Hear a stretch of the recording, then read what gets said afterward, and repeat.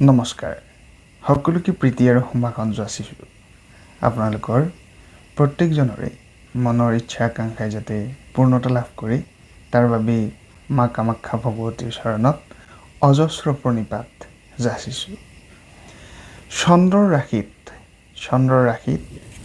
বুধ গ্ৰহৰ অৱস্থান চন্দ্ৰৰ ৰাশিত বুধ গ্ৰহৰ অৱস্থান হ'ব আৰু 5টাকৈ ৰাশিৰ সৌভাগ্য সমৃদ্ধিৰ যোগ সৃষ্টি হ'ব যাৰ বাবে বিশেষ সম্ভাৱনাময় হৈ পৰিছে 5টাকৈ ৰাশিৰ ভাগ্যৰ ফলাফল 5টাকৈ ৰাশিৰ সমৃদ্ধি আহিব অগ্ৰগতি আহিব আৰু উন্নতিৰ বতৰা দেখিবলৈ পোৱা গৈছে জ্যোতিষশাস্ত্ৰৰ গৱেষণা অনুযায়ী কোৱা হৈছে 18টাকৈ দিন সৌভাগ্যৰ পিনে আপোনাৰ অগ্ৰসৰ হ'ব 5টাকৈ ৰাশিৰ জীৱন ধাৰণ প্ৰণালীৰ ক্ষেত্ৰত প্ৰভাৱ পৰিব কৰ্মৰ ক্ষেত্ৰত প্ৰভাৱ পৰিব আৰু সাধাৰণভাৱে পাৰিবাৰিক ক্ষেত্ৰত শিক্ষাৰ ক্ষেত্ৰত বিভিন্ন প্ৰকাৰে যুক্তি তৰ্ক সাংবাদিকতা সামাজিক ক্ষেত্ৰতো পৰিব বিভিন্নভাৱে বিভিন্ন ধৰণৰ প্ৰভাৱ বুধ গ্ৰহৰ শুভ দৃষ্টিত পোনপটীয়াকৈ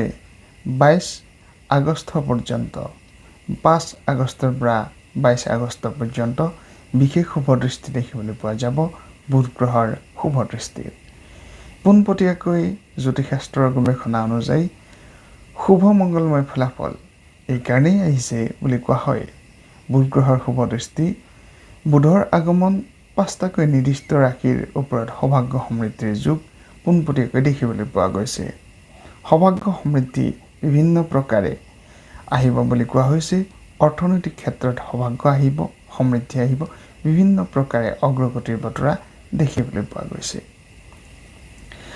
চমৎকাৰ বুলি ক'ব পাৰি এই বিশেষ ভাগ্যফল এই কাৰণে যে অতিকৈ দুৰ্লভ এই বিশেষ সময় খুব সুন্দৰভাৱে আপোনালোকে যদি পৰিকল্পনাময় কৰি লয় তেনেহ'লে এই 18টা দিনত সৌভাগ্য আপোনালোকৰ নিশ্চয়কৈ দেখিবলৈ পোৱা যাব এই বিশেষভাৱে সৌভাগ্যময় সময়ত আপোনালোকে নিৰ্দিষ্ট কিছু কৰ্ম কৰিব পাৰে এইখিনিতে জনাব বিচাৰিছোঁ যিসকলৰ বুধ গ্ৰহ অশুভ দৃষ্টিত থাকে বা বুধ গ্ৰহ নিম্ন অৱস্থাত থাকে তেনে ক্ষেত্ৰত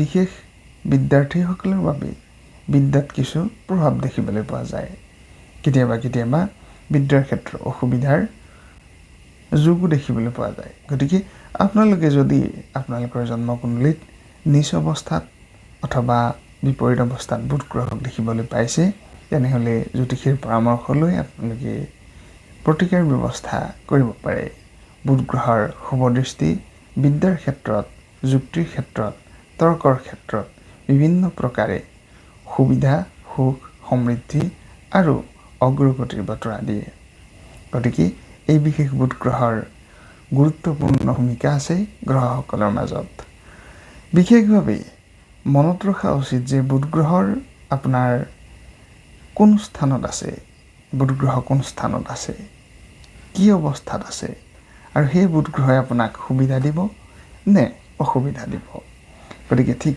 এনে সময়ত প্ৰতিকাৰ ব্যৱস্থাৰ কথাখিনিও আহি পৰে কি ধৰণে প্ৰতিকাৰ কৰিব লাগে কি ধৰণৰ প্ৰতিকাৰ কৰিলে বুধ গ্ৰহৰ ভাল সবিশেষ জানিবৰ বাবে আপোনালোকে যোগাযোগ কৰিব পাৰে মোৰ সৈতে স্ক্ৰীনত দেখি থকা নম্বৰত হোৱাটছএপত মেছেজ প্ৰেৰণ কৰিব পাৰে আহিছোঁ ভাগ্যশালী ৰাশিকেইটাৰ কথালৈ এতিয়ালৈকে যদি আমাৰ চেনেলটো আপোনালোকে ছাবস্ক্ৰাইব কৰা নাই ছাবস্ক্ৰাইব কৰি দিব আপোনালোকৰ মনৰ ইচ্ছা আকাংক্ষাই বিভিন্ন প্ৰকাৰে অগ্ৰগতি লাভ কৰক তাৰ কামনা মা ভগৱতীৰ চৰণত ৰাখিছোঁ আমাক আগবঢ়াই নিয়াত যিসকলে সহযোগিতা আগবঢ়াইছে ধন্যবাদ আগতীয়াকৈ জনাইছোঁ আৰু যিসকলে চেনেলটো ছাবস্ক্ৰাইব কৰা নাই ছাবস্ক্ৰাইব কৰিব বুলি মই আশাৰে বাট চাইছোঁ ভাগ্যশালী ৰাশিসকলৰ মাজত বিশেষভাৱে মেষ ৰাশিক কোৱা হৈছে ৰাশিচক্ৰৰ প্ৰথমটো ৰাশি হৈছে মেষ ৰাশিৰ জাতক জাতিকাসকলৰ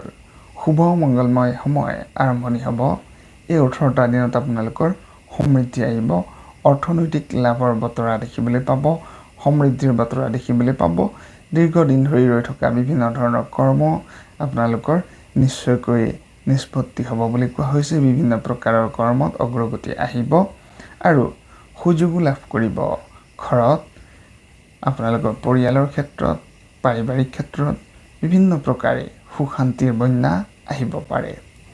বিশেষভাৱে আপোনালোকৰ মিতিৰ আত্মীয় কুটুম্ব বন্ধু বিভিন্ন প্ৰকাৰে সেই মিতিৰ আত্মীয় কুটুম্ব বন্ধুবৰ্গৰ পৰাও সহায় পাব কৰ্মৰ ক্ষেত্ৰত আগবাঢ়ি যাবৰ বাবে। সেয়াই এক বিশেষ সুযোগ বা সুবিধা বুলি ক'ব নোৱাৰিনে? গতিকে সেই বিশেষ সুযোগ সুবিধা কিন্তু আপোনালোকে লাভ কৰিব। দ্বিতীয় ভাগ্যশালী ৰাশি হৈছে মিথুন ৰাশি। মিথুন ৰাশিৰ জাতক জাতিকাসকলৰ বাবে বিশেষভাৱে শুভ সময় বুলি ক'ব পাৰি এই 18টাকৈ দিন। এই বিশেষ 18টা দিনত মিথুন ৰাশিৰ জাতক জাতিকাসকলৰ বাবে অৰ্থনৈতিক অৱস্থাৰ বিভিন্ন প্ৰকাৰে অৰ্থনৈতিক অৱস্থাখিনি আপোনালোকৰ উন্নতিৰ ফালে আহিব। অৰ্থনৈতিক অৱস্থা টনকিয়াল হোৱাৰ সম্ভাৱনা, অগ্ৰগতি দেখিবলৈ পোৱা গৈছে। মিথুন ৰাশিৰ জাতক জাতিকাসকলৰ বিভিন্ন ধৰণে ৰৈ থকা কৰ্ম, বিভিন্ন প্ৰকাৰৰ আৰ্থিক অৱস্থাৰ অসুবিধা ইত্যাদিৰ পৰা পৰিত্ৰাণৰ উপায় পাব আৰু বিনিয়োগৰ ক্ষেত্ৰতো লাভৰ সম্ভাৱনা আছে। দক্ষতা, যোগাযোগ, বিভিন্ন ধৰণৰ যোগাযোগ ব্যৱস্থা, সাংবাদিকতা, লিখক ইত্যাদিৰ বাবে, শিক্ষাৰ লগত জড়িত ব্যক্তিসকলৰ বাবে সৰ্বাধিক ভাগ্যফল দেখিবলৈ পোৱা গৈছে। চাকৰি প্ৰাপ্তিৰ সুবিধা, চাকৰি প্ৰাপ্তিৰ সম্ভাৱনা, কৰ্মপ্ৰাপ্তিৰ সুযোগ ইত্যাদি লাভৰ সম্ভাৱনা বহু পৰিমাণে বাঢ়িছে এইখিনি সময়ত। কন্যা ৰাশি। কন্যা ৰাশিৰ জাতক জাতিকাসকলৰো ঠিক তেনেধৰণে সৌভাগ্য সমৃদ্ধিৰ যুগ আহিছে বুলি ক'ব পাৰি। কন্যা ৰাশিৰ জাতক জাতিকাসকলৰ বাবেই আপোনালোকৰ বুধ গ্ৰহৰ শুভ দৃষ্টি এই 18টা দিনত বিশেষভাৱে সৌভাগ্য সমৃদ্ধিৰ যুগ দেখিবলৈ পোৱা গৈছে। এইখিনি সময়ত আপোনালোকৰ অগ্ৰগতি আহিব, বিভিন্ন প্ৰকাৰে উন্নতি আহিব, সমৃদ্ধি আহিব আৰু সৰ্বাধিক লাভ ব্যৱসায়ৰ ক্ষেত্ৰত হওক, কৰ্মৰ ক্ষেত্ৰত হওক সৰ্বাধিক লাভ আহিব। বিভিন্ন প্ৰকাৰে চাকৰি প্ৰাপ্তি, কৰ্মপ্ৰাপ্তিৰ সম্ভাৱনা, বিভিন্ন প্ৰকাৰে সুযোগ, কৰ্মৰ সুযোগ সুবিধা ইত্যাদি পাব পাৰে কন্যা ৰাশিৰ জাতক জাতিকাসকলে। এনেধৰণৰ নতুন নতুন সুযোগ পাব, যি সুযোগ আপোনালোকে যদি সুবিধা ল'ব বিচাৰে সেই সুযোগত আপোনালোকে নিশ্চয়কৈ আগবাঢ়ি যাব পাৰিব। তুলা ৰাশি। তুলা ৰাশিৰ জাতক জাতিকাসকলৰ বিভিন্ন প্ৰকাৰে আধিপত্য প্ৰতিষ্ঠা কৰিব পাৰিব। দীৰ্ঘদিন ধৰি ৰৈ থকা কৰ্মৰ ক্ষেত্ৰত অগ্ৰগতিৰ যুগ দেখিবলৈ পোৱা গৈছে। কৰ্মক্ষেত্ৰত সুযোগ আহিব। শিক্ষাৰ্থীসকলৰ বাবে ভাল ফলাফল আছে। বিভিন্ন প্ৰকাৰে দায়িত্ব লাভৰ যুগ, কৰ্মপ্ৰাপ্তিৰ যুগ, চাকৰি প্ৰাপ্তিৰ যুগ সম্ভাৱনা কিন্তু নোহোৱা নহয়। বিভিন্ন প্ৰকাৰে কৰ্মপ্ৰাপ্তিৰ সম্ভাৱনা দেখিবলৈ পোৱা গৈছে। প্ৰশংসা লাভৰ যুগ দেখিবলৈ পোৱা গৈছে তুলা ৰাশিৰ এই 18টা দিনত। দৰমহা বৃদ্ধিৰ সম্ভাৱনা, পদোন্নতিৰ সম্ভাৱনা, কৰ্মৰ ক্ষেত্ৰত অগ্ৰগতিৰ সম্ভাৱনা, সন্মান বৃদ্ধিৰ সম্ভাৱনা নিশ্চয়কৈ আছে তুলা ৰাশিৰ। পাৰিবাৰিক শান্তি, সম্প্ৰীতি ইত্যাদি আপোনালোকৰ বাঢ়িব বুলি কোৱা হৈছে। আপোনালোকৰ বন্ধুবৰ্গ, ইষ্ট মিত্ৰ, বিভিন্ন প্ৰকাৰে বন্ধু বান্ধৱীৰ পৰা ভাল খবৰ আহিব পাৰে। মকৰ ৰাশি। মকৰ ৰাশিৰ জাতক জাতিকাসকলৰ ঠিক তেনেধৰণে বুধ গ্ৰহৰ শুভ দৃষ্টিত আপোনালোকৰ পেছাগত জীৱনত আহিব পৰিৱৰ্তন, বিভিন্ন প্ৰকাৰে উন্নতি অগ্ৰগতিৰ বতৰা, বিভিন্ন প্ৰকাৰে সমৃদ্ধিৰ যুগ দেখিবলৈ পোৱা গৈছে। আপোনালোকৰ শুভ মংগলময় দৃষ্টিত 18টাকৈ দিনত চাকৰি প্ৰাপ্তিৰ সম্ভাৱনা, কৰ্মপ্ৰাপ্তিৰ সম্ভাৱনা ইত্যাদি যথেষ্ট বেছি।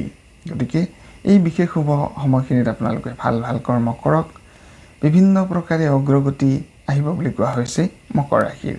লাভজনক হ'ব ব্যৱসায়ৰ ক্ষেত্ৰতো, অৰ্থনৈতিক অৱস্থা টনকিয়াল হ'ব বুলিও কোৱা হৈছে। সকলোৰে সমৃদ্ধি হওক, অগ্ৰগতি হওক, মনৰ ইচ্ছা আকাংক্ষাই যাতে পূৰ্ণতা লাভ কৰে তাৰ বাবে প্ৰাৰ্থনা জনাইছোঁ মা ভগৱতীৰ চৰণত অজস্ৰ প্ৰণিপাত।